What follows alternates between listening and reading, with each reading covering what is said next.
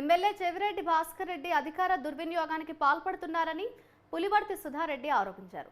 ఇప్పటికే 25,000 దొంగ ఓట్లను గుర్తించగా 5 రోజుల్లో మరో 10,000 దొంగ ఓట్లు నమోదు చేశారని అన్నారు.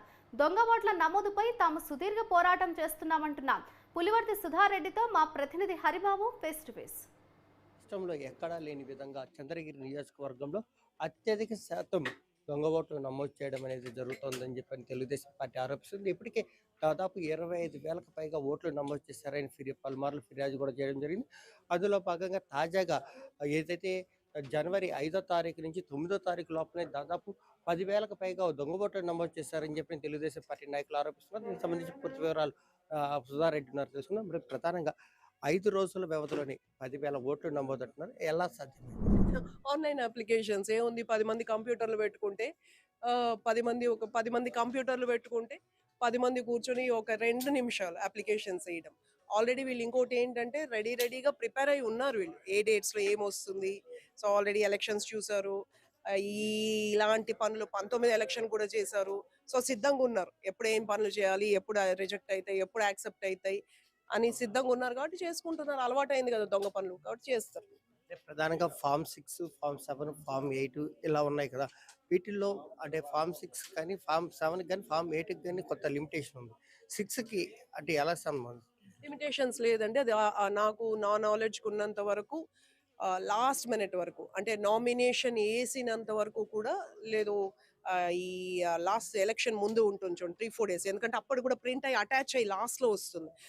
ఓటు హక్కు జన్మ హక్కు. సో ఎవరైనా ఒక వ్యక్తి ఓటు కావాలని ఆ రోజు అప్లై చేసుకుంటే దాన్ని కాదనడానికి ఎవ్వరికి హక్కు లేదు. అది రాజ్యాంగం ఇచ్చిన జన్మ హక్కు ఓటు అనేది.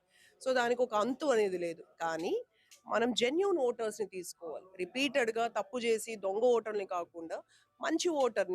నేను చెప్పడం 2,90,000 ఉన్న చంద్రగిరి, 1.5 లక్ష హౌసెస్, దాంట్లో అవ్వ తాతలే ఉన్నాయి, కనీసం ఒక 10,000 ఇళ్ళు అనుకుందాం.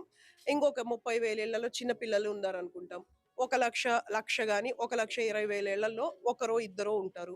ఒకరు వచ్చిన 12,000 మంది, అట్ ద మ్యాక్స్ అంటే 15,000 కొత్త ఓటర్స్ రాగలుగుతారు. ఎక్కడి నుంచి ఇన్ని ఓట్లు వేస్తాయి? ఎందుకు వేసేది అసలు అన్ని అప్లికేషన్? 60,000 అప్లికేషన్ ఎందుకు వేసేటట్టు? పాతవే మేము తీయలేదని మేము బాధపడుతుంటే మళ్ళీ కొత్త వేసేది ఏంటి?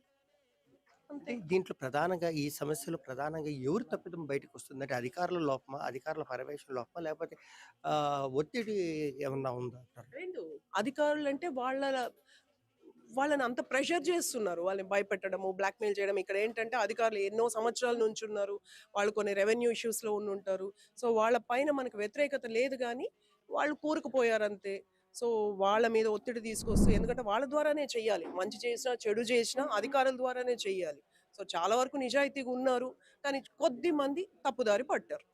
అంటే ప్రజలకు మీరు ఇచ్చే సందేశం ఏంటి? పోరాటం చేయాలి. ఈ ఎలక్షన్స్ తెలుగుదేశం వచ్చిందా, నానిగారు ఎమ్మెల్యే అయ్యారా, చంద్రబాబు నాయుడు గారు సీఎం అయినారా? కాదు. ఏ కుటుంబానికి ఆ కుటుంబం నష్టపోయిన తరుణం ఇది.